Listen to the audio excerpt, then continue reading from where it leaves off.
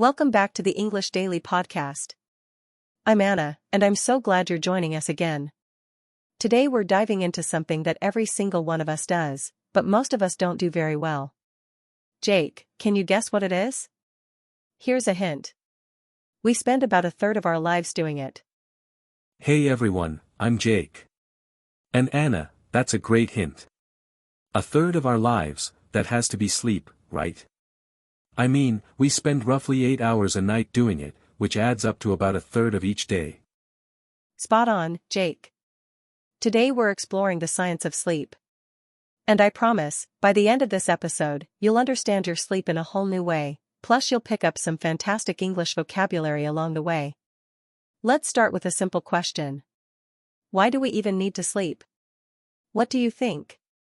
Honestly, I always thought sleep was just about resting your body. You know, your muscles need a break, your brain needs to shut down for a while. But I have a feeling the answer is more complicated than that. You're absolutely right that it's more complicated. Sleep isn't just turning off your brain. In fact, your brain is surprisingly active during sleep. It's doing important work, like organizing memories, repairing cells, and even cleaning out waste. There's a fascinating term for this cleaning process. It's called the glymphatic system. That's spelled Glymphatic. Think of it as your brain's overnight cleaning crew. A cleaning crew for the brain. That's a great image. So while I'm sleeping, my brain is basically taking out the trash. I had no idea. What happens if we don't get enough sleep? And what does not enough even mean? Great question. Most adults need around 7 to 9 hours of sleep per night. When you consistently get less than that, we call it sleep deprivation. The word deprivation means not having enough of something you need. So sleep deprivation is when your body doesn't get the sleep it requires. And the effects can be serious. Your concentration drops, your mood gets worse, and over time, it can even weaken your immune system, which is the system that fights off illness. Wow, I always thought losing a little sleep was no big deal. You know, like staying up late to watch a movie or to finish some work. But weakening your immune system, that sounds genuinely dangerous. It really can be. And here's something that might surprise you. A lack of sleep also affects how you learn. During the day, your brain takes in tons of information, but it's during sleep that your brain actually files that information away and strengthens the memories. So if you study hard all night and skip sleep, you might remember less than if you had studied less and slept more. That completely changes how I think about studying. So sleep is part of learning itself. The word concentration you used earlier, that means focusing your attention on one thing, right? Exactly. Concentration is the noun, and the verb is to concentrate. You can say, I can't concentrate when I'm tired, or losing sleep hurts my concentration.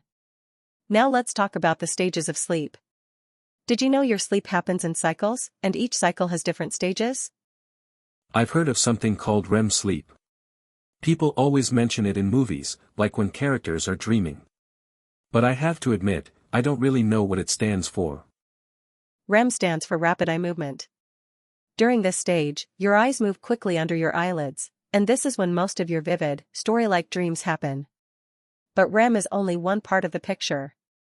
There's also deep sleep, which is sometimes called slow-wave sleep. This is the stage where your body does most of its physical repair work, like healing muscles and releasing important hormones. So you've got REM sleep for the brain and dreams, and deep sleep for the body and repairs. They sound equally important. What determines how much of each stage we get? A lot of it comes down to timing and your body's internal clock. Scientists call this your circadian rhythm. That's spelled circadian. Your circadian rhythm is like a 24-hour internal clock that tells your body when to feel awake and when to feel sleepy. It's influenced a lot by light.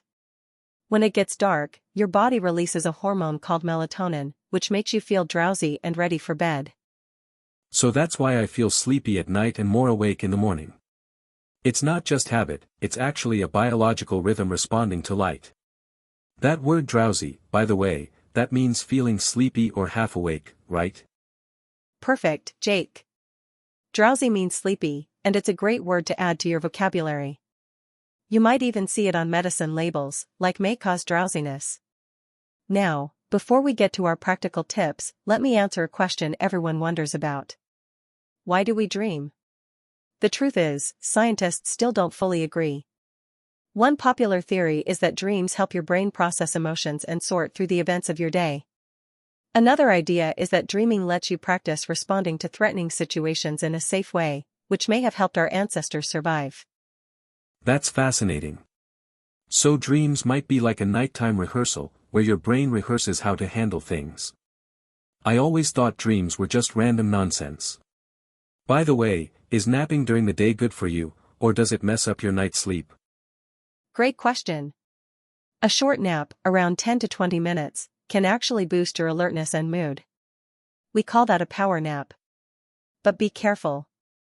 If you nap too long, you enter deep sleep, and when you wake up you might feel groggy and disoriented. That unpleasant feeling even has a name. It's called sleep inertia.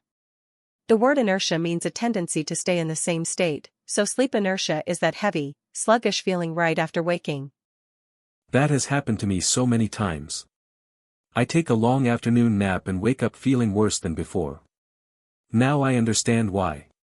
Okay, I'm really curious about your tips. How can we actually sleep better? Let's get practical. Here are 5 tips for better sleep, and I want you to remember these. Tip number 1, keep a consistent schedule.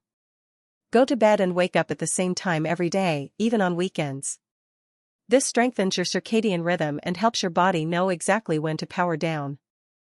That's a tough one for me. On weekends I love to sleep in. But I can see how that would confuse my internal clock. What's tip number 2? Tip 2, limit screen time before bed. The blue light from phones and laptops can trick your brain into thinking it's still daytime, which slows down your melatonin production. Try to put your devices away at least 30 minutes before sleep. Reading a physical book is a wonderful substitute. Oh, that one hurts. I'm guilty of scrolling through my phone in bed every single night. I didn't realize the light was actually telling my brain to stay awake. What's the 3rd tip? Tip 3, watch your caffeine intake, especially in the afternoon. Caffeine is the stimulant found in coffee, tea, and energy drinks. A stimulant is a substance that makes you feel more alert and awake. Caffeine can stay in your system for hours, so that afternoon coffee might still be keeping you wired at midnight. That explains so much. I sometimes have coffee at 4 in the afternoon and then wonder why I can't fall asleep at 11. I'll definitely keep that in mind. 2 more tips to go. Yes. Tip 4, create a relaxing bedtime routine. This could be reading a book, taking a warm shower, or doing some gentle stretching. The idea is to signal to your body that it's time to wind down. The phrasal verb to wind down means to gradually relax and become calmer after an active period. I love that phrase, wind down. I usually just crash into bed, but building a routine sounds much healthier. And the last tip? Tip 5, keep your bedroom cool, dark, and quiet. Your body actually needs a slight drop in temperature to fall asleep deeply. So a cooler room, around 18 degrees Celsius, is ideal. Blackout curtains and earplugs can really help if your environment is bright or noisy. This has been incredibly helpful, Anna. I feel like I understand sleep so much better now. Can we do a quick recap before we wrap up? I think it'll really help our listeners remember everything. Absolutely, let's recap. Today we learned that sleep isn't passive. Your brain is actively cleaning, organizing memories, and repairing your body. We talked about sleep deprivation, which means not getting enough sleep, and how it harms concentration, mood, and even your immune system. We learned about REM sleep, where dreams happen, and deep sleep, where physical repair happens. We explored the circadian rhythm, your body's 24-hour internal clock that's controlled by light and melatonin. And we covered 5 practical tips: keep a consistent schedule, limit screens before bed, watch afternoon caffeine, build a relaxing wind-down routine, and keep your bedroom cool, dark, and quiet. And we picked up some wonderful vocabulary along the way. Words like deprivation, concentration, circadian, melatonin, drowsy, stimulant, inertia, and the phrasal verb wind down. I'm definitely going to try these tips tonight. My phone is going in another room. That's the spirit, Jake. And that's the spirit we hope all of you take away from today's episode.